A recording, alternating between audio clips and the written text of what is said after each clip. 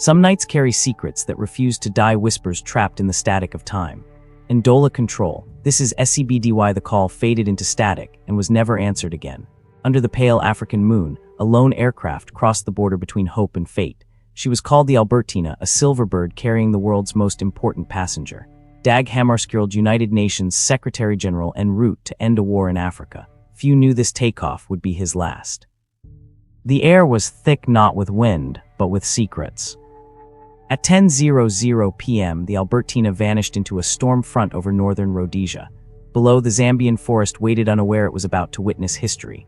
Then silence. Every transmission stopped. Every clock in Ndola froze at midnight 15. By dawn, the forest smoldered. The world had lost a peacemaker and gained a mystery. The headlines spoke of tragedy, but behind them lay whispers of conspiracy.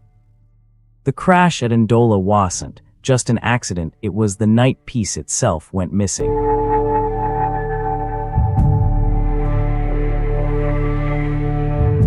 The world of the 1960s was torn between power and freedom, and in the heart of it all stood Africa. Congo had just won independence, but peace was already slipping away. He was the world's peacemaker, quiet, steady, and stubborn about hope. His journals spoke of faith and duty, words that felt more like prayers than politics. In 1961, Dag set out for Congo, a mission to end a war before it spread across Africa. He worked alone most nights, his only companion, the sound of his own resolve. An unsigned warning arrived, short, cold, and ignored. The path looked simple on paper, but destiny was waiting somewhere along that line. Inside the plane, it was quiet, too quiet for a world about to change. Far ahead, a storm gathered, silent, electric, and waiting. The mission was moving one step closer to peace, one flight closer to danger. By nightfall, Ndola was waiting, but not for the peace he came to make. On the night of September 17, 1961, Dag Hammarskjöld boarded his plane, believing peace was just a flight away. The crew prepared calmly, another mission, another night over the dark heart of Africa. Below them, the Congo stretched endlessly peaceful, unaware of what was to come.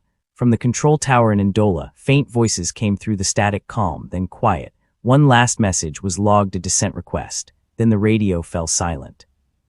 Lightning began to paint the horizon, warning signs no one could turn from.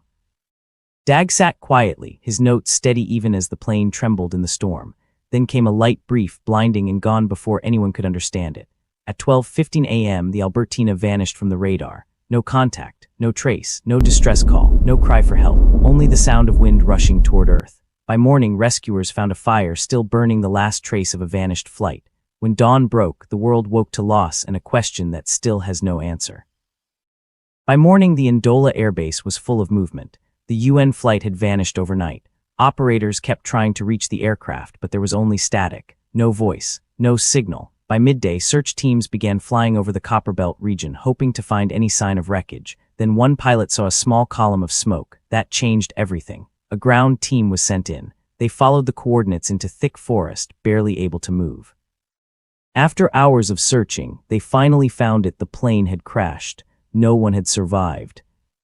16 people were found dead, including the Secretary-General and his crew. But there was something strange. Dag Hammarskjöld's body wasn't burned like the others. Next to him was a single playing card, the six of spades. No one could explain how it got there. Local witnesses said they saw another plane that night and heard gunfire before the crash. Investigators checked for bullet holes or explosions, but found nothing that proved what happened. When the news broke, the world was shocked. A peace mission had ended in tragedy. Within hours, the UN and local authorities began their investigations. The crash site was sealed, and every report was marked confidential. Teams from northern Rhodesia and Sweden combed through the wreckage, searching for signs of an explosion or mechanical failure. They found the plane's black box, but it was too damaged to recover any useful data. Local witnesses told different stories. Some saw a flash in the sky, others heard a second aircraft. Some wreckage pieces appeared to have bullet holes, but the official report dismissed it as damage from impact. The six of spades found near Hammarskjöld's body puzzled investigators. No one knew what it meant, if anything. A formal inquiry was launched in Ndola. Officials debated whether the crash was caused by pilot error or something more sinister. The first conclusion blamed the pilot, suggesting he flew too low while attempting to land at night. But others claimed another plane was seen that night, perhaps firing or forcing the UN aircraft down. Swedish investigators didn't agree with the local report. They argued there were too many inconsistencies. The United Nations demanded full transparency, but the inquiry's findings raised more questions than answers. In the end, the report ruled it an accident, but many inside the UN never accepted that conclusion. Hours later, search teams fanned out across the forest. All they found was smoke and silence. As dawn broke, the truth began to surface. The DC-6 had been reduced to fragments of steel and ash. They found the remains of 15 souls and fragments of papers that hinted at a mission never meant to be public. Among the wreckage lay the UN flag, tattered, scorched, but unmistakable. Hope fallen from the sky. By morning, officials had arrived. They spoke in low tones, already calculating what could and couldn't be said. The world demanded answers, but none matched. Every report told a different story. Some documents were sealed before they could even be read. Secrets were already taking shape. As the sun set over Ndola, the truth of what happened remained hidden, buried under ash, silence, and fear. By sunrise, teams of investigators arrived from London, Stockholm, and Leopoldville, each carrying their own agenda. They measured, photographed, and took notes, but even their tools couldn't explain how the plane came down so cleanly. The flight recorder was missing. Some claimed it never existed. Others said it was quietly taken away that very morning. The debris pattern made no sense, no explosion marks, no deep impact. It looked like the aircraft simply landed and burned.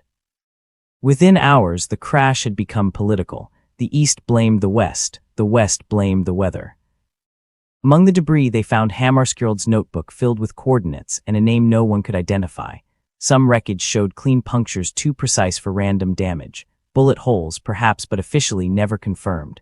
Later that night, several reports were rewritten. Some pages vanished. The story was being reshaped before the world ever saw it. Officials announced it was an accident, pilot error, but no one could explain the missing recorder or the holes in the metal. The final reports were sealed, hidden deep within government archives. The truth, boxed and buried under decades of dust. But some refused to stay silent. Whispers began to spread of sabotage, of assassination, of a truth buried under politics. Behind closed doors, whispers replaced evidence. Everyone knew something was missing, but no one dared say what. One theory spoke of a Belgian pilot, a lone aircraft in the night sky, intercepting Hammarskjöld's plane before impact. Others blamed mercenaries hired by Katangan rebels, men who feared peace more than war. Several witnesses swore they saw a flash too quick for lightning, too bright for chance. The only survivor spoke briefly before he too was gone. His words lost in translation, his story left unfinished. Radio logs from that night exist, but half the recordings end in silence, as if someone pressed stop. Years later, a photograph surfaced showing the wreck from a side unseen before, but it raised more questions than it answered. For decades, the official stance never changed: pilot error, accident, end of story. But truth doesn't stay buried forever. In 2017, a new UN inquiry reopened the case, armed with radar data, witness files, and one lingering question: who fired first? For the world, it was more than a mystery, it was a wound. A peace mission turned into a tragedy of silence, yet Hammarskjöld's vision for peace never died. His name became a symbol of truth, courage, and quiet faith. Tonight, the African sky still remembers that flash. The answers may never come, but the questions keep the story alive. This film was crafted with precision, every frame, every sound, every heartbeat to honor truth above drama. Behind every investigation, there are storytellers determined to make sure these lessons reach the skis once more. You've watched stories written in courage, loss, and discovery, each one a chapter in aviation's unending pursuit of safety. This has been a Crash Deck Diaries original, where every flight tells a story, and every story reminds us the sky remembers.